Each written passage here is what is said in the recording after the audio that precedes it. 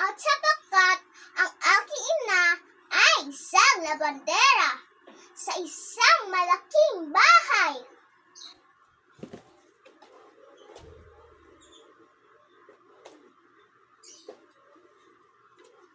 At kami nakatira sa maliit na tambat.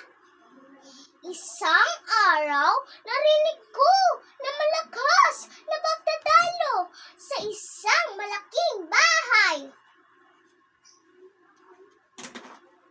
Mari, ilabas mo ang perang ninakaw mo. Kung hindi, ipapalapag kita sa mga aso. Maniwala po kayo, Senyora. Hindi po ako kumuha ng inyong pera. Guardia, ilabas mo ang babaeng ito sa pamamahay ko. Aw! Aw! At hinabol siya ng mababangis na aso ni Senyora. Inay! Inay!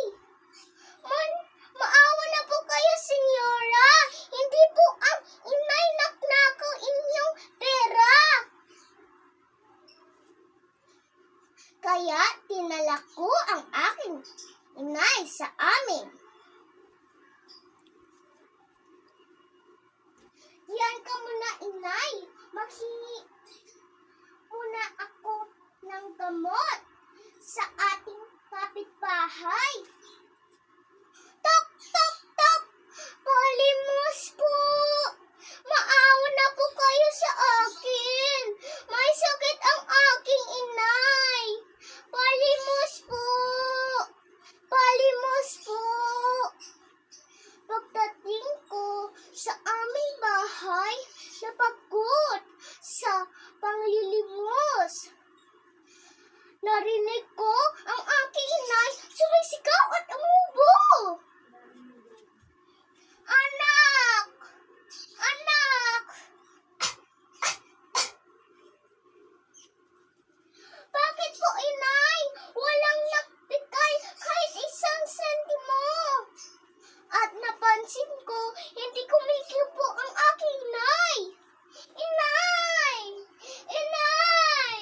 Bakit mo ako iniwan? Anong ginagawa ninyo dito? Heto, konting pera. Ano yan? Alisin niyo yan. Ngayon, wala na ang aking inay. Lumayas kayo. Layas!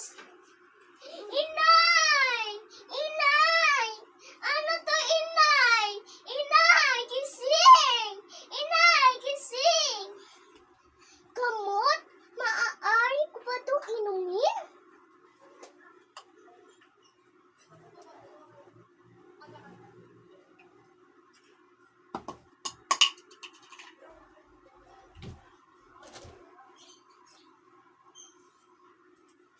Ang batang bulupi.